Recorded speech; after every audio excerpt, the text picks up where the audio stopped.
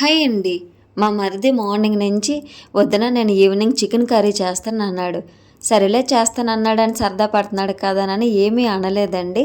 మొదలుపెట్టడం స్టవ్ మీద కళాయి పెట్టేసి, కళాయిలో ఒక గ్లాసుడు నీళ్ళు పోసేసి, ఉల్లిపాయ ముక్కలు, టమాటా ముక్కలు, జీడిపప్పు ముక్కలు అన్నీ ఆ నీటిలో పడేశాడు. నేను మా ఆయన ఒక్కసారికి షాకు అసలేం జరుగుతుందనని. కానీ ఎవ్వరము ఏమీ అనలేదండి.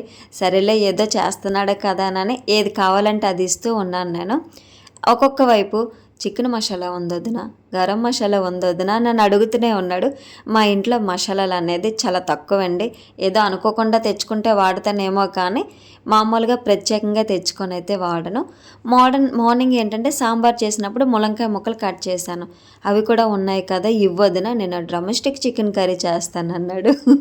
సరేలే ఏదో చేసుకోలేనని ఆ వేడివేడిగా ఉన్న ఉల్లిపాయ టమాటా ముక్కలే మిక్సీ పట్టేయమన్నాడు.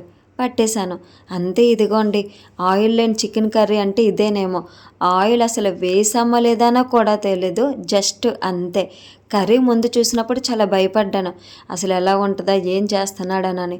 టేస్ట్ విషయానికి వచ్చేసరికి అసలు సూపర్ అండి, చాలా బాగుంది. ఇదే మరి ఈరోజుటి వీడియో. Bye bye.